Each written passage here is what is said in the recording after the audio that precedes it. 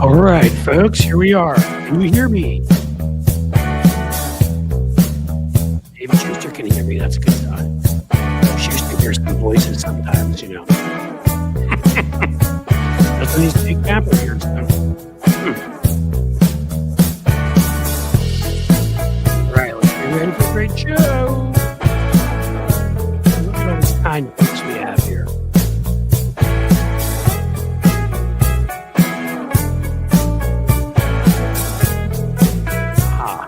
You have muted your mic, David. Wasn't me.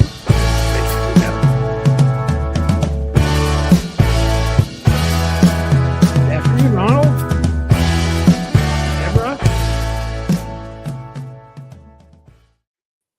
Welcome back, folks. Here we are again, another fine rainy Wednesday here in the Queen City, Radio City, baby, Cincinnati. I will be joined in the present moment. Absolutely, right now, faster than a speeding bullet or a really quick train. Though trains in the United States really go slow if you go to Europe and Japan and stuff. So, I mean, it's not much to brag about. But David is still faster. The great, the Emmy Award winning, the awesome, the guy who never gave up his principles for a book or a big contract, David Schuster.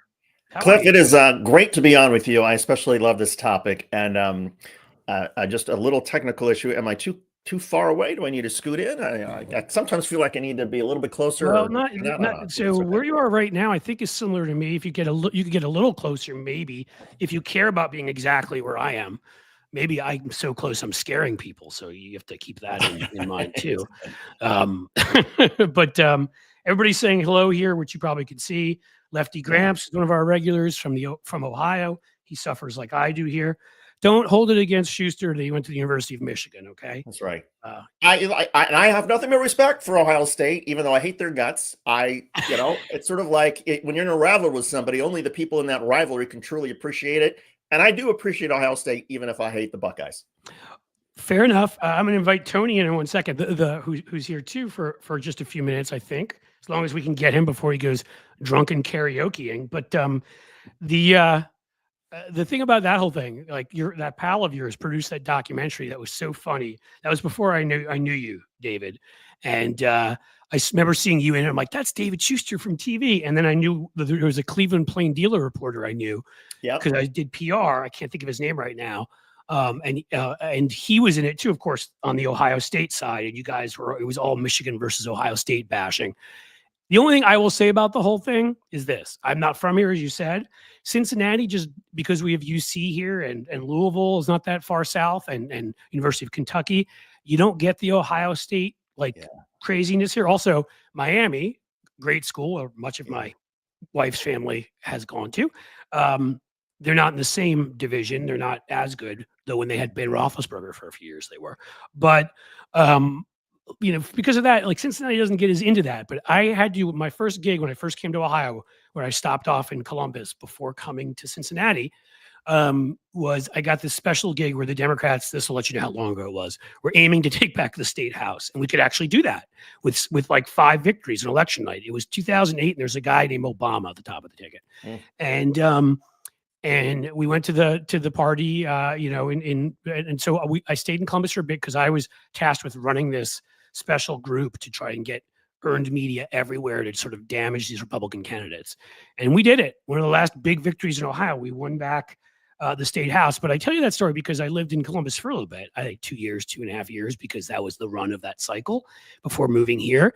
And even though I wasn't part of the whole thing, it actually turned me off. And I apologize to all of you folks, because I may say the same thing. Maybe I'd say the same thing if I lived in Ann Arbor. I don't know. But the way on every game day, if you were not wearing Buckeye red, like, literally were considered a traitor. Like every restaurant, every waiter, all of them. And so I actually went in the other direction because of that. I'm like, this feels cultish to me. It is cultish. It's like it's a religion. It's like a secular religion, as I think they said in that documentary, The Rivalry, which was so well put together. And one of the things that I also love is I think it was one of the Ohio State guys in that documentary, which I think it came out 2007, 2008, was that Aaron Marshall, Ohio, there are 9 radio stations, And on game day, every single one is broadcasting the Ohio State football game. And that, Columbus doesn't have ballet, it doesn't have symphony, it doesn't have a major league sports team. It has the Ohio State University and the Buckeyes. And so everybody wears their hoodies and their Buckeye sweatshirts on game day, and off you go. I think that's part of it. I remember that it was Aaron Marshall who was the one who was the head of the Cleveland Plain Dealer reporter. I don't know if you ever came across him. They probably interviewed you at different times in different places, but that was, I mean, to me, that was sort of the thing, is Columbus is a different beast because of what you said.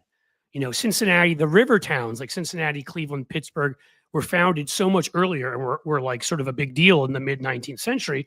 And so because of that, they had a lot of money and philanthropy that was put into names you've heard, like Carnegie and Mellon and these kinds of people. So money was put into the arts and and they got professional sports teams because they were big when bigger cities when that was going on. And so it's different. As you said, Columbus, because of that limitation, you've got you've got basically a huge big state government. I don't mean that in a bad, I'm not saying that in a Republican way. It should get bigger probably to help more people. But you've got a state government and you've got Ohio State, and so in any case, didn't mean to get into this whole thing. Hello, Tony. Hey, Tony, I got to give you a shout out because I actually, in one of the videos that I just put together, I used part of your Substack. You had a tale of two Americans and sort of the choice between Trump and the Pope and what this sort of means. And it was so eloquent and so well done that I thought, I can't say this any better than Tony's already written it. So I just said it and I gave you credit. Look at that. But speaking of religion, David's never said that to me before, Tony. So really? Well, don't get too peanut butter and jealous. Here's the thing: is that I grew up Catholic, and I actually, when I grew up, John Paul II was the leader of the Catholic Church at that time. Now we know a lot about John Paul II now that isn't as good as what the image of him was in the 80s and the 90s. But he was a rock star, like a total rock star. And I guess when this Pope was elected, Louis XIV, this Prevost, the current Pope. Not Louis XIV. That was a different dude. Oh, excuse me. Leo, yeah. Louis XIV was the sun god, and he was a bit of a dick, and probably the reason there was a French Revolution. That is a great mistake. Isn't it amazing? A couple letters off, and the whole thing's right. Well, it happens. You were close enough, as far as I'm concerned. It happens. But the current Pope, I think, and I think Steve Bannon said it the other day, and I talked about it yesterday on my show how the conclave was rigged for the papacy, and I'm like. Well, yeah, like, duh. Which one hasn't been rigged? Like, that's the whole point of the bishop cardinals, of them picking their pope and their leader. I'm like, yeah, it's rigged. That's like the opposite of what we want to have here, where the people actually get a say, not the oligarchs, or the leaders, the rulers of the institution. The nice part is that the Catholic Church really doesn't have a lot of political sway on a certain population. It does a little bit, but it has more influence than really political power over people. The irony is it has less influence in the country that surrounds it, because having been to Italy and having that be one of my favorite countries, they are the least Catholics like out there. So it's sort of hilarious in a way. But the history, and I guess that's kind of was my thinking, is that when I was a kid, I had never when I was growing up heard anyone say anything bad about John Paul II.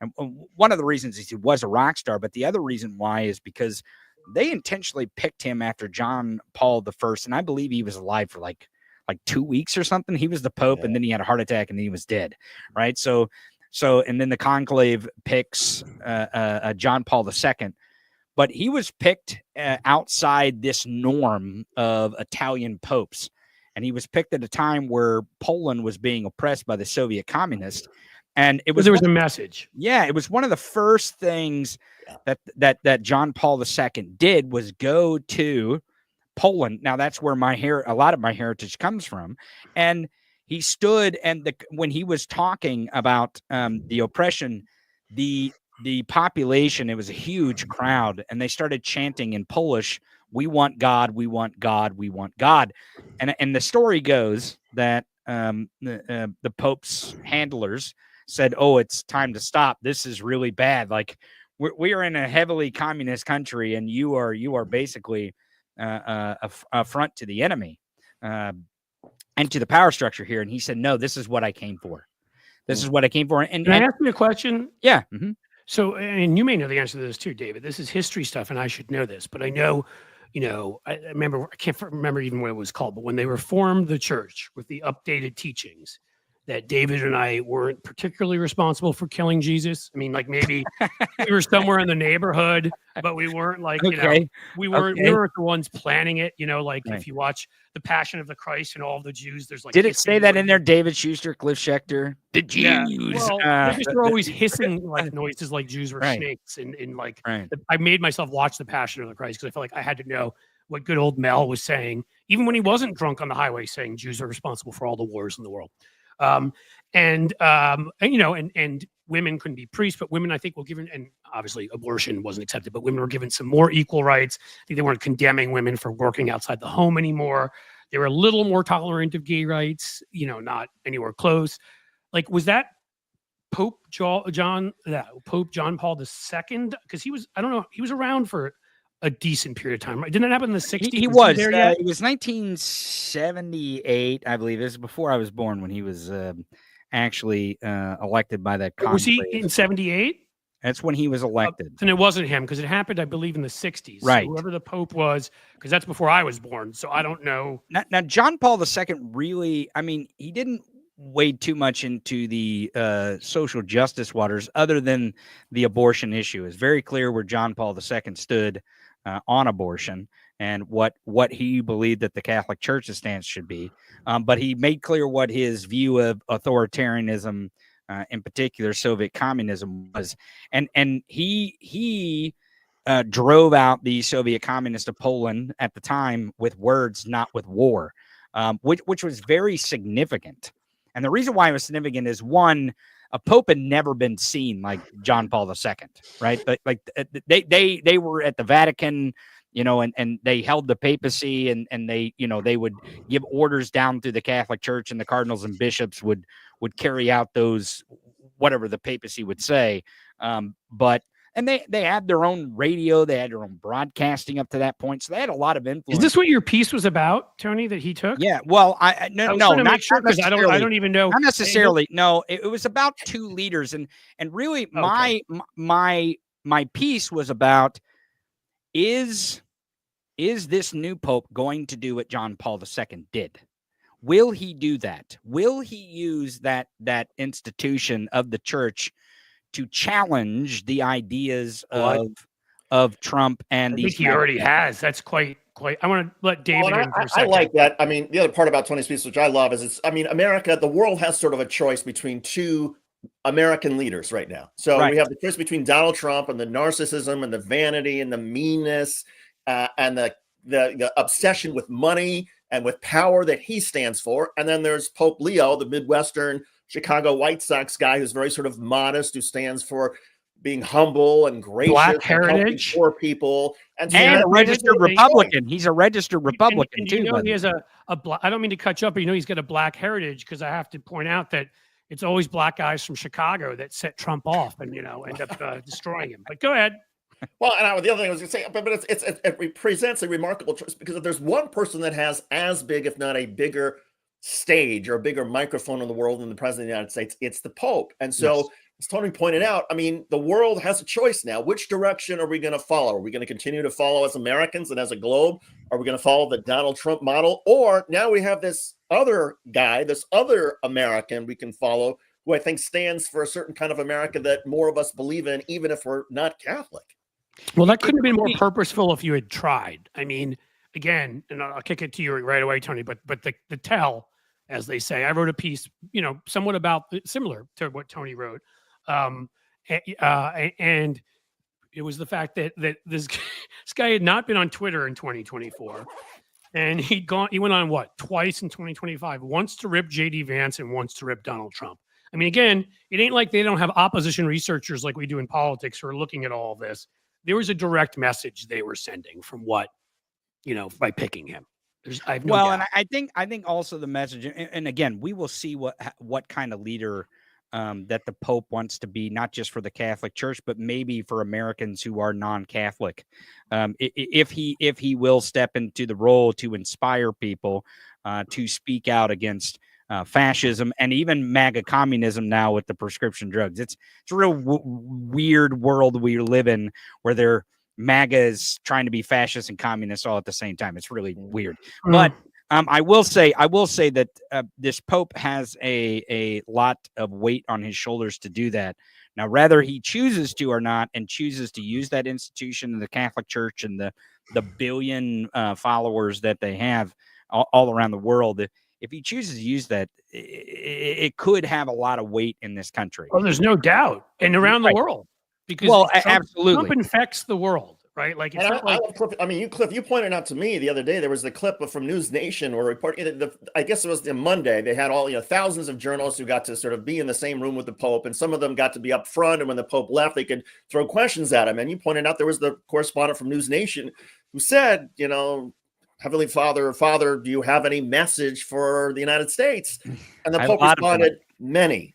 And maybe that's a sign. A man, a few words, and that's all problems. But I want to say though, maybe that is a sign that he plans on addressing those many things. It's just going to have to give him time, and I think we do have to give leaders a little bit of leeway and time, especially someone who holds the papacy, because they're not the leader of America. They're leader of a religious institution that sometimes they want to be political and sometimes they do not want to be political. Well, they're also balancing a lot of stuff, right? We're not their only constituency. You know what I mean? Like he's got to there are conservatives embedded in the church, and he's got to keep that in mind, right? And watch. I mean, it's not quite The Godfather Part 3, I don't think. Right. Well, and their political danger around various corners. Well, and their political capital is diametrically opposed a little bit to the people who would be anti-Trump. It's diametrically opposed a little bit. So there is a needle to thread for this new Pope, whether he participates in politics or not. But I will say this. I know you said about his social media post how they're anti-Trump and he's anti-J.D. Vance. I don't actually believe that to be true. I think he's pro-gospel. And that's the one thing that a lot of Christian nationalists right. And those are the same things these days. It's just, as you know, there's a lot of fake Christians. You can't be pro-gospel and be pro-J.D. Vance. Well, and that's the thing, is that this Pope is not really pro or anti-Trump or pro or anti-J.D. Vance. It's pretty clear through his first mass that he had and some of the speeches that he's already given that he's going to be for the gospel, and they are challenging what is in the gospel. Well, so, Donald Trump's the guy that takes the 30 pieces of silver, and I mean, come on, like a $400 million jet from the people who, I mean, come on. He takes the drapes down, then he takes the holy water and pours it in something. I mean, Donald Trump is about as opposite of the gospel as possible. Right. So I don't think, but I want to move on just because I didn't, I'm glad we're having a conversation about this, but I really wanted the topic to be about Tapper. Just because David has inside knowledge about things that having been a former. Sorry, I didn't mean to get us off. No. Right. This was a good conversation. I do from interactions with Jake Tapper in the past, having been in the Biden orbit somewhat. No, I wouldn't call myself, embedded, because 2020 there was because of COVID. We were all, we all were remote, so I wasn't around in the way I would have been, but I still know certain things. And when you combine Tapper's history and you combine what he wrote about the fact that he's choosing to do this about Joe Biden right now at this moment, it shows what an absolute fraud he is, which he's shown again. I want to stop you right there because I want to set this up for, there may be some people watching who may not know that Jake Tapper, the anchor at CNN, he has written a book, right? He's written a book about Joe Biden, and the basic premise of his book is that the Biden White House and the Democrats lied repeatedly about Joe Biden's condition, and that was a terrible thing. So with that, and it's pretty, I've had my own opinions about Jake Tapper writing this book now after Biden's gone, when maybe this is a story that he should have been digging into if he felt like he could when Biden was president. But with that as a setup, Cliff, you take it away. Well, you know what? I think it's important to add something else to this too, David, which is it wasn't originally his book. It was that other chud, Alex Thompson's, who was going to do it, who kept attacking Biden during the whole thing. He was setting himself up. He had a book deal Okay. And he was setting himself up because his expectation was that Biden was going to win. And then he would be able to come out with this book about you just elected someone who is, mentally deranged and knows nothing. That was Thompson's assumption. So he had to scramble when he did all this work and acted like an asshole constantly on Twitter. And all he cared about was the book deal. And Biden not Biden, Kamala Harris, we lost.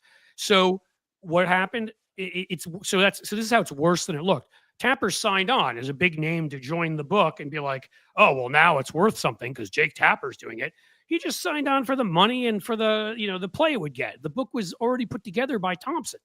And, Tapper is somebody who I knew briefly, not well, thankfully, but when he lived in Adams Morgan and I lived in DuPont Circle in DC, one of my close friends from grad school was his roommate. His only aspiration he's writing for Salon. He wrote this whole thing on how the Republicans basically stole the 2000 election by what they did in Florida, Brooks Brothers riot, knocking on the doors, getting them to stop counting votes and all of that, which is probably somewhere close to what he really believes. But he would do what it took to get on TV, right? That's why he originally joined VH1. And I was told this by my friend who was there and multiple people that this is what Jake talked about constantly. TV. He wanted to be a big TV star. And he ended up getting his break with VH1 and went on to do that. And then got to the greater, whatever part of the monopoly was ABC, and then eventually CNN and what have you.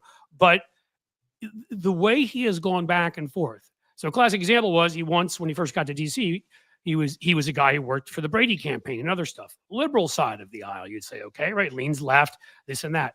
But you may also remember that he was the guy, and I remember being pissed for a long time about this.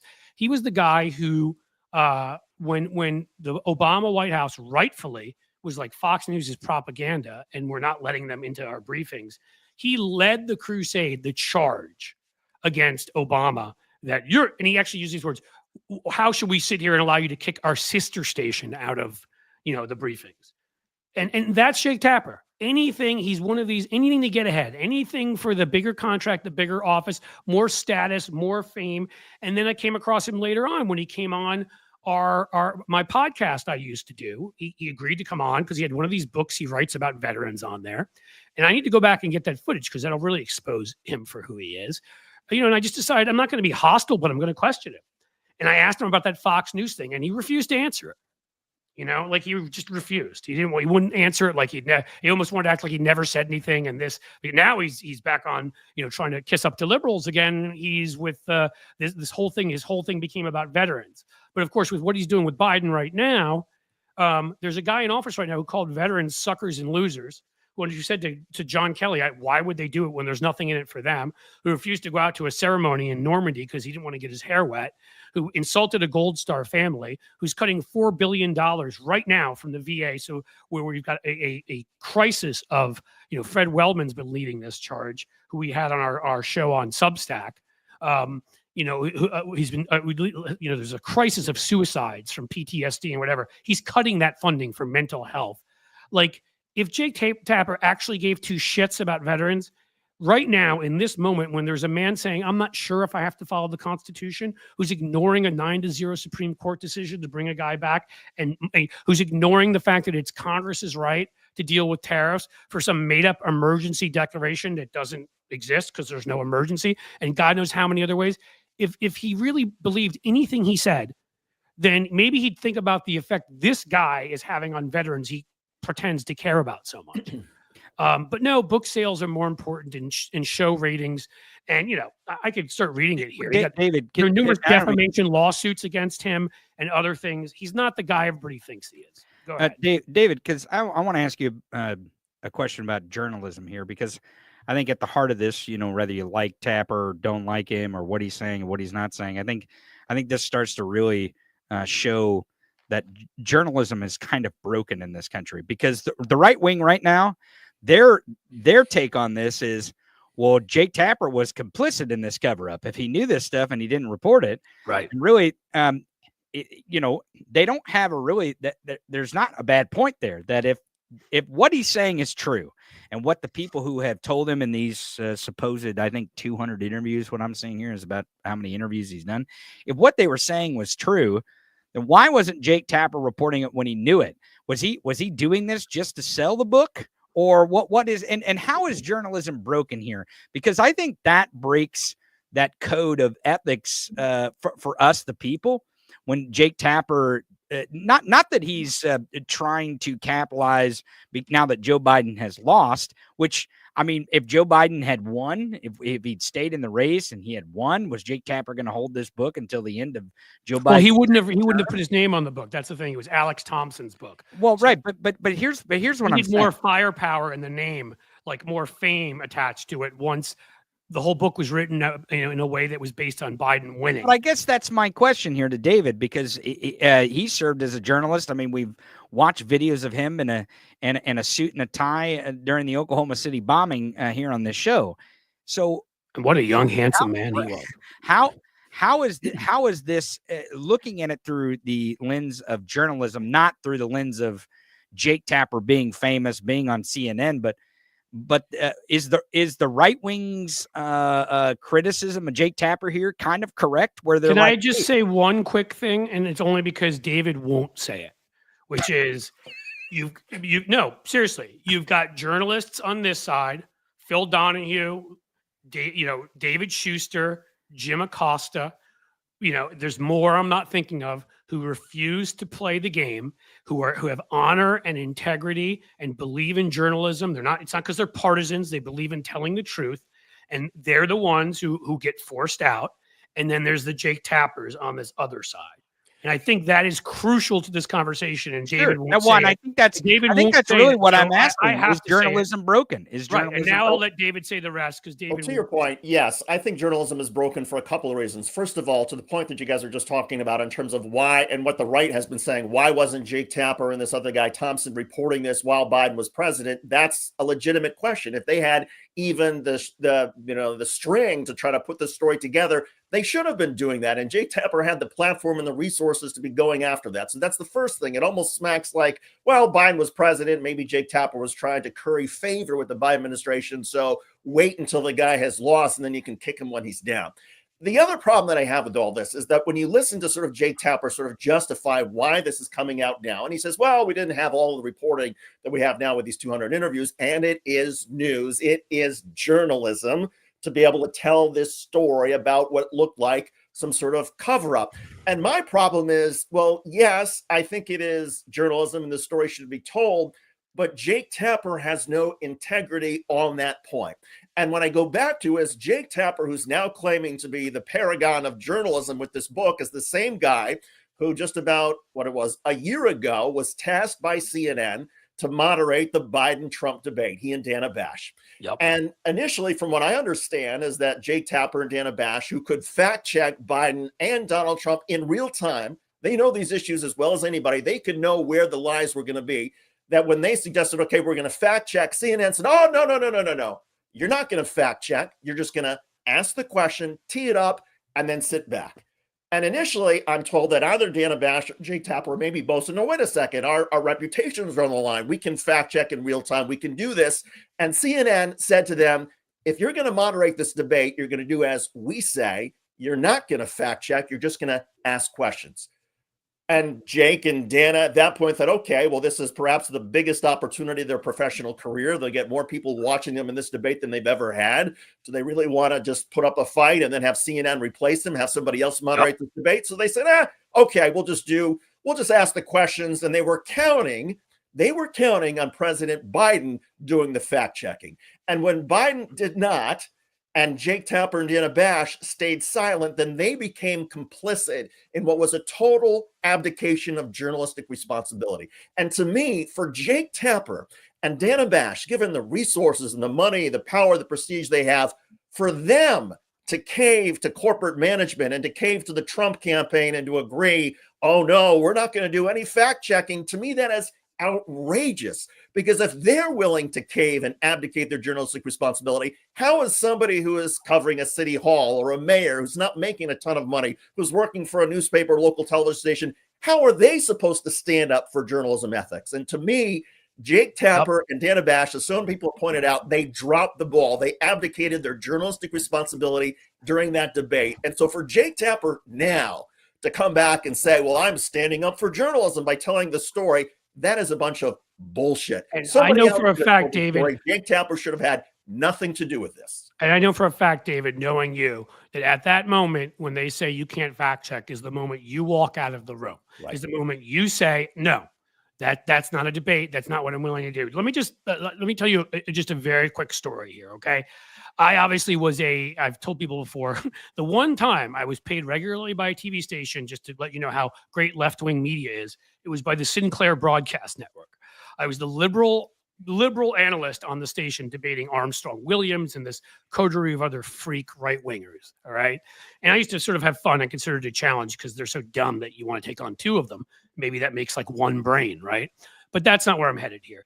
Their Baltimore headquarters, the Smith brothers, who are billionaires, shocker, for Sinclair, they had their New York bureau chief come out of there. His name was John Lieberman, terrific guy.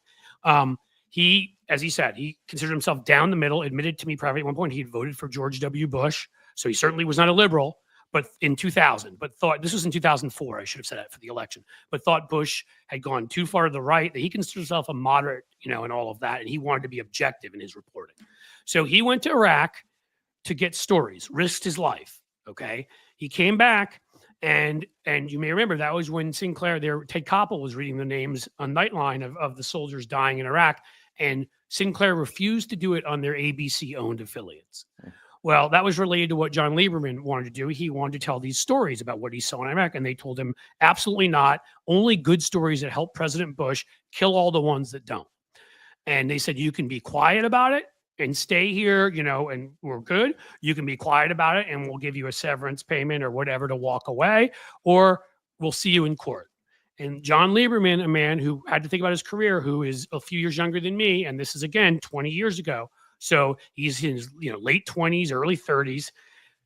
He said he came out publicly to the Baltimore Sun and a bunch of other places and blasted them and told everybody what they were intending to do, that they were being dishonest, that they were doing this and that. They sued him. He ended up settling, and he's had a good career. He went to New York. He, in fact, even was for a while was a correspondent for Howard Stern. He was a correspondent he wrote a book on Whitey Bulger. He was a correspondent for America's Most Wanted and a few other places. But the point is that's what he risked. He may have lost his career in broadcast journalism because he wouldn't do that. Right. And that is who I want doing these kinds of jobs. Can I say one thing? And then I got to go. And David, I'll throw it to you here because you have a lot more experience in having the title of press than we do. Yeah. I might be media. I consider myself a commentator, but I am not a journalist. And I'm definitely not the press considered in that category. But the press is in the Constitution. And there's a reason for it. You said that they advocated their duty as journalists, and their duty is not to CNN. Their duty is not to the guild of other journalists to prove that they have moxie to compete amongst other journalists and other broadcasters. Their duty is to us, the people. In the Constitution, and their duty is to report to us what is happening so that we can make decisions. And our decision is under Article 1. And that is really where the majority of the attacks are coming from. The Article 2 part of the Constitution, the executive branch right now is attacking Article 1. And our Congress is staying silent. Now, there's a lot of silence on the right, of course, because there's capitulation to Donald Trump's agenda. But there's also a lot of silence on the left from Democrats. And it is up to us, because at the very top of that document, it says 3 words. It says, we, the people. So there might be the 3 branches of government. We have of course, the legislative branch, which is Article 1, the executive branch, which is Article 2, and the legislative branch, which is Article 3. But we are at the very top. We are the first 3 words, we the people. And I believe that is the press's duty. That is their job. And it is in the Constitution that they must report to us the truth that they know when they know it. So that way we can make proper decisions when self-governing our nation. And exactly. I think that is the thing that might get lost here in in the conversation of who likes Tapper and who doesn't like Tapper. Or well, let's make sure it's not about Tapper's personality here. Well, that's what I'm saying. That's what I'm trying. That's the case that I'm trying to make, that it's not really even about Jake Tapper. It is about the institution of the press, and where do we stand with independent journalism, independent media, and the press in general. And is our press broken because the billionaires have raided our Constitution, and the billionaires have bought out the possibility of saying, hey, you don't get to talk about George Bush and the bad stuff that are happening in that war. You don't get to talk about this. You don't get to fact check this. You don't get to do this, and you don't get to do that, because our interest is in profit and our corporation, not in the interest of the people in the Constitution. I think that's where we're coming into collision of how we're having this discourse around this book in particular. And I would argue there was a time when CNN actually could do both be profitable and speak on behalf of the American people and do journalism on behalf of the American people. When I think about the early 1990s, I was there as an assignment editor, producer, and the correspondents that were there, and Frank Sesno and Charles Bierbauer, and Bernie Shaw and Candy Crowley. I mean, the people who I had no idea what their politics was, but I knew that they were going to report like hell, report the facts, and let the chips fall where they may. And they felt it was their duty to the people to do that. And Ted Turner, who was the owner, he made a fortune out of CNN. He also believed in that, and he wouldn't interfere with the journalists. And when I left CNN and went to local news, and you mentioned Little Rock, there was an investigation story that I did in Arkansas, KATV, in the mid-1990s, in which we revealed the incredible corruption that existed in the mobile home industry, and how they'd essentially bought a state commission, and they were rewarding themselves, and they were screwing over consumers. It was a 5-part series that we did night after night. And after part, there had to be some Huckabees involved, right? Well, the Huckabee's lieutenant governor, he ended up living. Yeah, see, I knew it. But Jim Guy Tucker, who was the governor at the time, like he appointed the commissioner's banker, insurance agent, were on the board. I mean, it was so corrupt. After the third night of this story, the mobile home industry pulled all of their ads from KATV, the #1 television station in Arkansas, made more money off of mobile home industry ads than anybody else. All the ads got pulled. And I'll never forget, the general manager came down to the newsroom, Dale Nicholson, may rest in peace. What a great guy. He came down, he said, Schuster, I just want you to know that the mobile home industry pulled all their advertisements because of the stories that you've been doing. But I want to tell you, that's fine. We've got other advertisers that will take their place. Fuck them. And keep doing what you're doing. And I'm thinking, this is what journalism is all about. He was a successful business, a successful station that knew it would make money because of the quality of the journalism it was doing. It was not going to curry favor with anybody, with its journalists. And I was being told, you have carte blanche, you do the story. And that's what I imagined. And that's what I knew CNN to be in the early 90s. And that's what I saw in my local station. And I think I then started to view the media perhaps through rose-colored glasses, and perhaps was a little bit late to seeing how the dynamics had shifted in cable news and broadcast news and local news stations when these Sinclairs and other big billionaire-run organizations started coming in and saying, no, we don't care about the journalism for the people. We care about scratching the back of our founders or our supporters or our advertisers or the people who we're in bed with politically. And to me, that's where journalism has gone, and that's where CNN has gone, which is why Jake Tapper and Dana Bash at the debate in June of 2024, they made a bargain, a horrible bargain. They're like, oh, we're just going to assume that Joe Biden will do the fact checking, and we'll benefit so much from all the attention that we get, and everybody's going to know who we are. And it blew up in their faces. And instead of that night, they could have just said, screw CNN management. We're going to fact check Donald Trump because this is so outrageous with what he's saying. They were silent. And when they were silent, they threw journalism out the window. Agreed. Did you see what I sent you, Tony? Yeah. Can you put that in? I can still do video files. I don't know how when it's a link. In there, that Newsweek piece, there is a video of Tapper's deposition. And everyone should, it's the sort of thing you have to hear now in light of his what he's doing right now, because it's just such self-serving bullshit. Yeah, we can try it. Hey, give me just. Look, I don't want to. This isn't just about Jake Tapper at CNN. No, I think I've told this story before about Brett Baer and a story that he decided not to do in 2000 on the Florida recount for Fox News, when there was this whole sort of conservative theory about what had happened on election night, Right. and Bret Baier found out that no, that wasn't true. And I said, Bret, you're going to report the facts, right? No, I can't do that because that'll upset the conservative pundits on this channel. What? Well, I knew then that Bret was going to do very well at Fox News because that's the kind of journalist who's not That's what they wanted. the kind of soldier that Roger Ailes wanted. No, I want to be clear. Look, this I'm only bringing up the Tapper stuff now, and I think this needs to be driven through because there is a key point here. When you create a culture that's been created in our newsrooms, when it's only about who can get the most clicks, who can make them the most money, who has the most sensationalism, truth doesn't matter anymore, and all of that. It's not that I'm going after Jake Tapper's personality per se.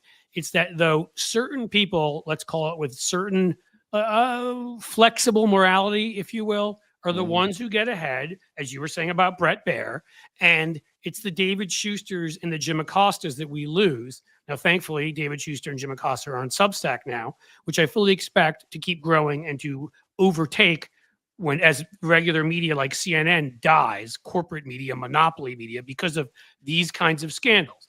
But my point is that is why, it's the Jake Tapper thing is only important because it's not like I don't remember the last time I did any negative story on him.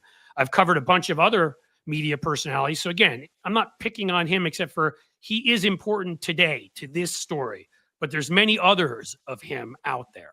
Well, and Cliff, it gets to, there's one other point about Jake, though, that is related to all this that you mentioned. And then it's sort of, by Jake Tapper doing this book now and behaving as he did with the presidential debate, it calls into question everything that Jake has done. So when Jake writes these books about veterans, is he doing it because he really wants their stories to be told and feels an affinity to veterans? I mean, Jake Tapper, as you pointed out, grew up in the suburbs of Philadelphia. He never served in the military. Upper middle class background, no armed forces, as far as I know. Or is he just doing this because, well, that'll play well, that'll help his reputation with people if he does a story telling veteran stories? I'm sure of that, and I think I can say this, and and you probably can too, David. I'm just going to say it. He's an upper middle class Jewish guy who wants to up his toughness factor, who grew up in the suburbs with money, and the way you do that is you sign on with all the veterans and you act like you're tough. But the moment that you can write this story on Biden, and again, the reason why this is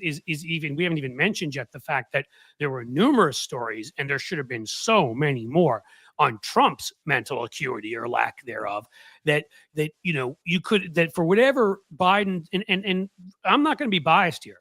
I worked for Biden in 2020. I initially did not think and don't think he should have run in 2024. And I'm not saying that in hindsight.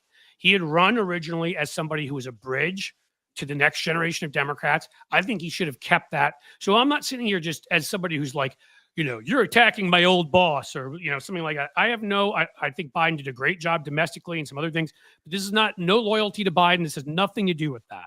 It has to do with the fact that right, what he's doing now and what he did during the election, how can it be a scandal they didn't cover Biden enough if they didn't cover, Donald Trump almost at all? A guy that was obsessively talking about sharks and batteries every frickin', speech he had, when he wasn't lying, stealing, showing all of his other lack of personality traits and character for this position. So that just gets me too. I got the clip ready. If you want to click if you want to click down there to bring it up on stage. Yep. I will say while you're bringing that up on stage, I think this again is about the constitutional obligation of the press and journalists everywhere. It doesn't matter if I don't give a good goddamn Joe Biden, Donald Trump, Barack Obama, Yep. George W. Bush. I don't give a damn who it is. If there is information out there that the American public should know about what is going on inside and the people who are running our government, and that is something that the American people should know, there is a constitutional obligation for them to do that. It has nothing to do with the name, the broadcaster, what channel they're on, or who they're covering, or what beat they do or do not cover on. It is about their constitutional obligation to be a journalist. That's why I say I'm not a journalist, because my constitutional obligation is to just to ramble on for hours and hours about other people's constitutional obligation. I'll play this clip. No, I'll say quickly, and I think that's important, Tony, because that's why I also, whenever anybody tries to call me a journalist, I reject the that label, because I'm like, no, that is not a fair and accurate depiction of what I am. I've done acts of journalism. I wrote a book on McCain where I found some things some others had not. That but and I have maybe in some columns I've written. But all I will promise people is that I'm not going to lie. I will deal in facts. I will tell you what I know. And yeah, I have a perspective based upon a lot of years and looking at a lot of policy, especially at this moment in time, that most of what the right is saying is utter horseshit and what doesn't work and has been tried again and again and fails. And that doesn't make me partisan. That makes me objective and honest. Saying. Well, and I'll tell you that even at my publication on Substack, which if you're on Substack right now, you should go subscribe to the Kaufman Chronicle. But even my publication, I let my editor do what my editor does, and the reason why is because I do not want to put my finger on any scale if that scale so affect the way people view what the facts are. Even in my back and forth against support of Bernie Sanders, I am very vocal about I do not believe that Bernie Sanders is the way forward with the Democratic Party. I do not believe that his brand fits well with what I view as a little bit of the readjustment of parties and a realignment of parties in this country, where we are moving away from authoritarian federalist type president, and we're moving towards more the country wanting to have an anti-federalist, more Jeffersonian type view of the country. I don't believe Bernie Sanders fits that mold. And so that's my opposition. Now, my editor has a different opinion, and I let her publish that even in my publication. I let her publish that dissent. And that is important to journalism, that those opinions be laid bare, because facts are facts, but also there are opinions, and opinions should be heard. We have the freedom of speech in this country, but we shouldn't pretend that opinions are facts. So I'll play that David supported Bernie and I supported Hillary, and here we are somehow good friends because people can have different opinions. I think that's what being liberal, being open-minded, however you want to use that word, transparency, all that is about, which is you rely on facts, yes, you rely on science, yes, but we'll have different opinions about how the government should use those things, and that's okay. Right. It is okay. And we should do it civilly. Here's the clip of Jake Tapper. It's about 2 minutes long. Mr. Tapper, I'm going to share with you now a video recording of your presentation at the Ford School of Public Policy. And I think the question is, if all you care about is clicks and newsstand sales and circulation, and you don't care at all about the truth and the facts, you end up with a settlement with Dominion election system, right? So, I mean, yeah. There's nothing wrong with wanting people to read your newspaper, wanting people to watch your show. But if all you care about is that, and you don't care about the responsibility, the grave responsibility we have to be fair and to be honest, then you are a cancer on the democracy we have. Do you still agree with your previous statements? Yes. I want to push back on that, Mr. Tapper, because I'm just talking here about whether or not a news organization that tells willful lies is a cancer on society. Can you answer that question? I mean, you can think whatever you want. Ask for your testimony, Mr. Tapper. I answered your question. I made a statement about the non-hypothetical, months-long campaign against Dominion voting, against Smartmatic, against all the people that participated in the process in 2020. It was a months-long campaign that was undermining democracy for the benefit of one particular political leader. And that comment I made, and I stand by it, but I don't have answers to extend the metaphor to every single person, organization, and situation in journalism. Not even himself, apparently. Well, yeah, so it's interesting because I guess it depends who's the one who's profiting from undermining democracy and all of that in Jake Tapper's mind. Here's the problem, that this issue that we have right now of people, shading the truth or not telling the truth or being selective about when they report things, we have that now, and we have that right now at the broadcast networks and even at CNN, with Jake Tapper and cable news. And here's what I mean. There have been a number of stories, and Cliff, you mentioned it during 2024, and there have been a number of stories that, we independent media have done about the signs of Donald Trump's dementia. Now, we're not examining Donald Trump, but we have countless clips where Donald Trump repeats himself, where Donald Trump can't grasp a name or a word, where Donald Trump forgets things, where he thought conflates Nikki things that are Haley was the totally one running unrelated. security on January 6th. I mean, these were things that were not even just that, like they were way off. Right. kind And of so between Donald Trump's, all the things that he's saying these days, and there are people who work for Donald Trump right now who believe that he has dementia, that he has some sort of neurological disorder. These are people who work for him at the White House, but you will never see, and you have not seen that story on any of the broadcast networks, not on CNN, maybe a little bit on MSNBC. The people who have been carrying the baton on that are independent media. We did a video a week ago about signs of Trump's dementia that sort of took off. There's some other independent media that are also doing it. Those are the only places that are putting this together. Why is that? If it was okay for Jake Tapper to write a book now about what Joe Biden was experiencing in 2024 and the efforts to hide it, why isn't Jake Tapper using his resources? Why isn't CNN putting this together now about the current president of the United States? Right, the one who could do the damage with his dementia right now.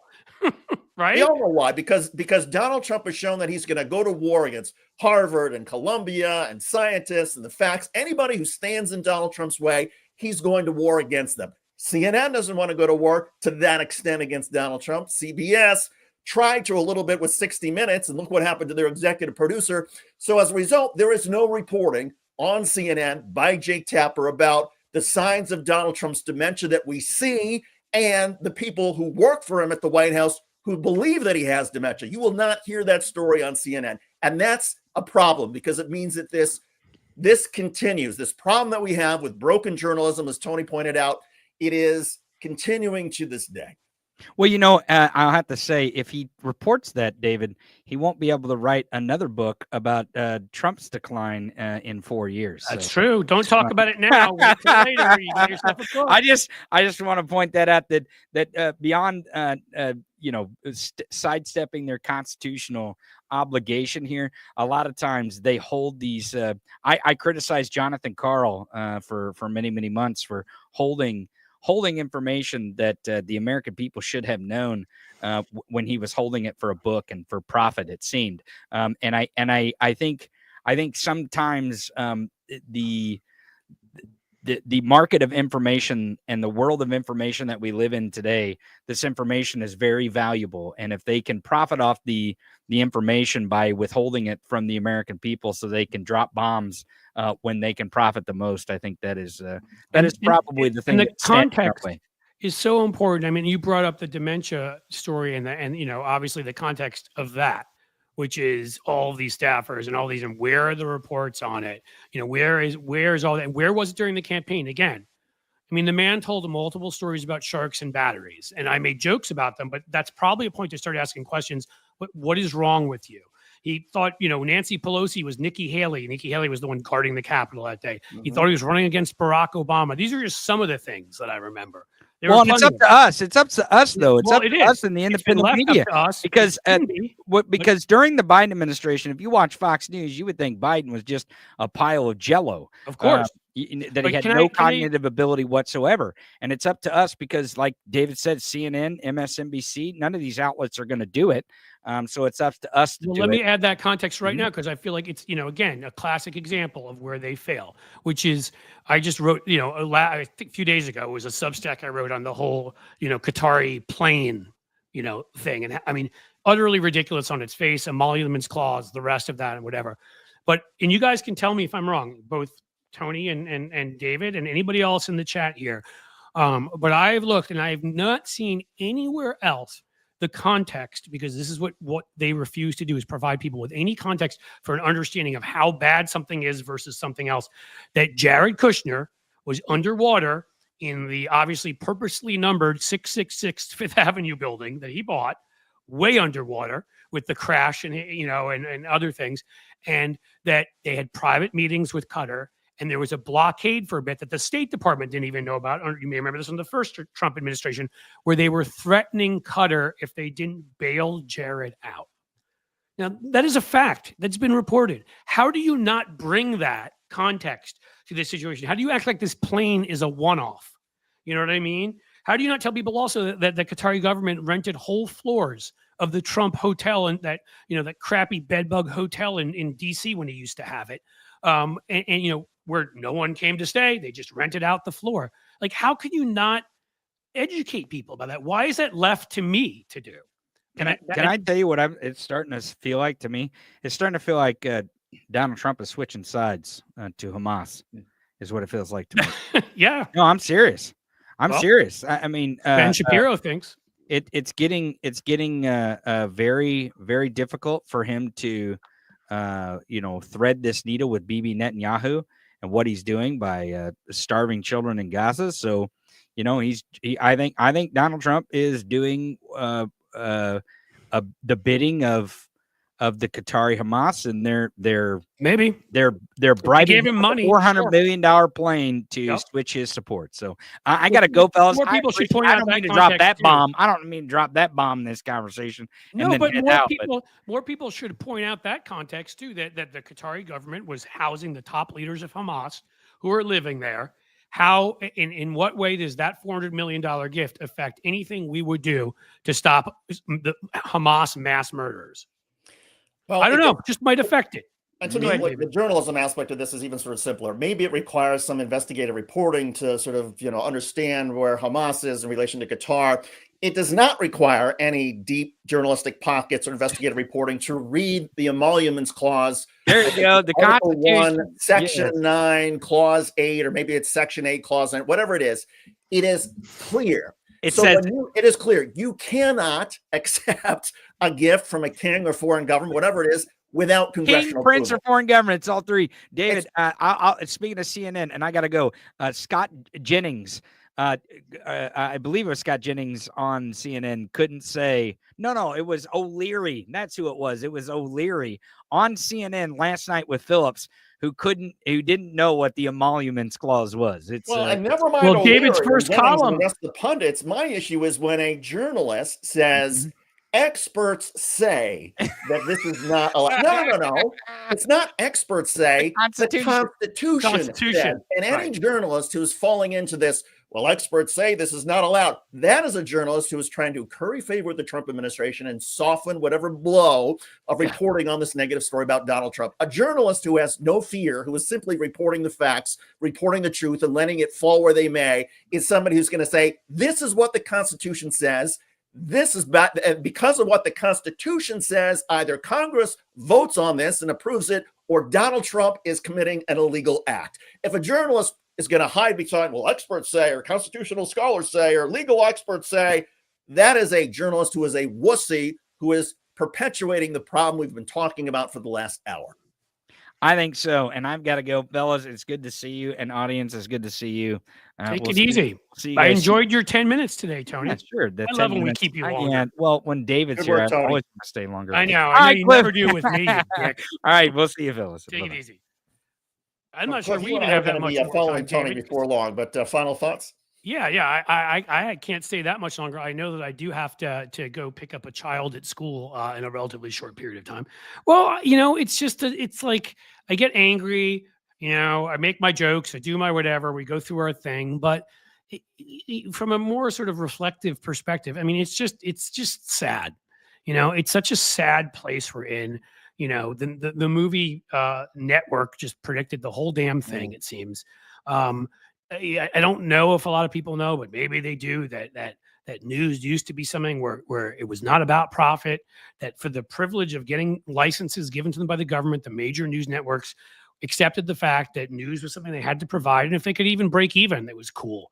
But they were going to lose some money because their job, again, Constitution, they were expected to inform us. And that all went away.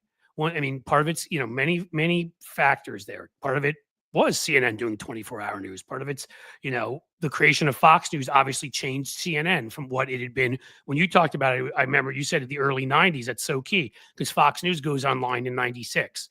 And nothing's ever the same after that, because now they have to compete and they don't want to look bad and look like they're getting their butts kicked. But in the end, it's been destroyed, and I don't really know how you fix it. Again, it's why I'm such an advocate for independent media, and not just because I'm like, hey, Cliff Schecter's media or David Schuster's or Tony Michaels, everyone out there. And you're going to see, because I'll be featuring a lot more smaller creators and a lot more people who are, on Substack, other platforms, who are people on the left who are creating great stuff that I don't think are getting enough airtime, because I don't know that corporate media, monopoly media, call it what you will, for-profit media, I don't know that most of it can be saved. I think there's a few exceptions, but not for the most part. I agree 100%. I think what I refer to them as the mainstream media is a lost cause. I think it's broken beyond repair. There's no coming back. However, and I do want to leave people on some good news. The good news is what you just mentioned. There are platforms where independent, fearless journalists who just want to report the truth can be found, can be supported, whether it's Substack or other platforms. And even if people say, well, wait a second, Schuster, your videos on YouTube or whatever, maybe YouTube changes the algorithm. It becomes supportive of Donald Trump and depresses videos like yours that are reporting these sort of things that nobody else will report. Yeah, that's possible, but maybe YouTube also is going to curry favor, and other organizations like Facebook will curry favor with the Trump administration. But as long as there are some platforms like Substack that are simply going to let us report the truth, then journalists who are doing this, whether it's us, whether it's my friend Keith Olbermann, who's got a really successful podcast and he's totally fearless, as long as there's at least one platform, and there are several platforms now where journalists can do this, hope springs eternal. And this, we the people, reporting for the people as opposed to reporting for the profits and the clicks, that is still possible. And so don't give up hope, folks. Right. There are still platforms out there. You just have to work a little bit harder, as opposed to just, turning on your TV to the local network affiliate. I'd say quickly that YouTube is something that still I think is very useful in a number of ways. We keep putting up videos. You're doing them at my channel, which is great. Our channel, I should call it at this point. You've put it up enough. I'm doing it, but I do have to say the one thing so far that I absolutely love about Substack, and it's not like versus YouTube, it's versus everybody else, which is no algorithm. Yes. No needing to put shocking in big letters. And if for all you folks out there who think like, I like, oh, Cliff, why do you do that? I do that because they have an algorithm. And when I do that, it tells me to do that. And they may not share my video if I don't do that. I don't want to name them what I name them. I don't want to, and that frustrates the hell out of me. But that's the beauty. It is the beauty of at least so far at Substack, is that they have humans who look at who likes your stuff, and they share your stuff with those people, and they make your stuff more available based on humans, seeing other humans liking the quality of your work. And I will take that over an algorithm any day. So, Cliff, enjoy the all afternoon. right. Thanks as always. Great show. To everybody watching, you. Thanks for watching. We appreciate it. Take care, bud. I will let you out. Oh, what did I do? All right, that's it. David is gone. I'm going to have to leave probably in about 5 minutes or so. I've got, I'll see if there's some good comments you guys have, but I do have to pick up a child at school, and you don't like leaving children alone just to sit there by themselves at school. It feels kind of mean. What else you guys got for me? There of course were other stories. I've even seen some, a story about how some Republicans are now getting angry at Trump for the fact that the Qatari plane took over the news cycle and makes them look corrupt and whatever. But it's the usual. They're upset with them about the fact that it makes them look bad. I do want to ask you to please read my Substack piece today. It is not up yet. It will be up right after we're done here. It's all edited and everything. And basically the premise of it is, and this is why I think you guys will like it, it is on Vladimir Zelensky. And I compare him to FDR and to Clemenceau, other great leaders of the past. I truly believe we're witnessing something that is, I mean, if we get all through all this, we will look back at Zelensky as being such the right man at the right time that he maybe saved the current world order. Because if Russia ends up going in and taking over Ukraine, and if Zelensky had been one of these cowardly leaders and had run away, if he didn't have this amazing combination of humility and strength and charisma and fight in him, ability to communicate and all of that, if they take over, Russia takes over Ukraine, I can tell you this, they're maybe not done. They start eyeing other countries. China starts sort of gazing across the Taiwan Strait and saying, huh, well, Russia got away with that. Maybe we can. It just the negative consequences of all of that, not to mention the fact that he's been able to smartly handle Trump, push back without getting in a big fight with Trump because he can't afford that. I do think, again, I don't agree with everything the Pope is in favor of course, but I think in the Pope and in Zelensky, we may have two sort of historic figures right now who can be counterweights in terms of an overall morality to so many of these thugs that are running. I mean, really, most of the major countries of the world right now, in terms of certainly in terms of either square miles or in terms of population size or so. I mean, if you think about Modi, I'm probably mispronouncing the name, who is a thug, and Xi, who is a thug, and Trump, who's a thug, and you add the populations of those three countries, you're at almost half the earth, which is depressing to think about. So, pretty cool that that we have somebody who really is sort of two people, and so.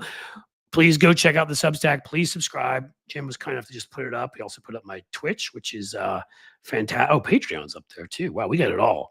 And I forget sometimes my folks at Twitch. I know that Hal Sparks sent a bunch of you over. Thank you for joining the raid and coming over here and watching. That is much appreciated.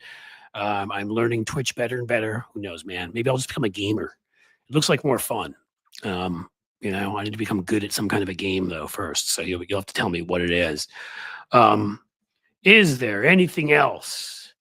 Anyone else? What are you saying here? Humility is such a loaded word. I don't look at it that way. You have a right to your opinion, and that's okay.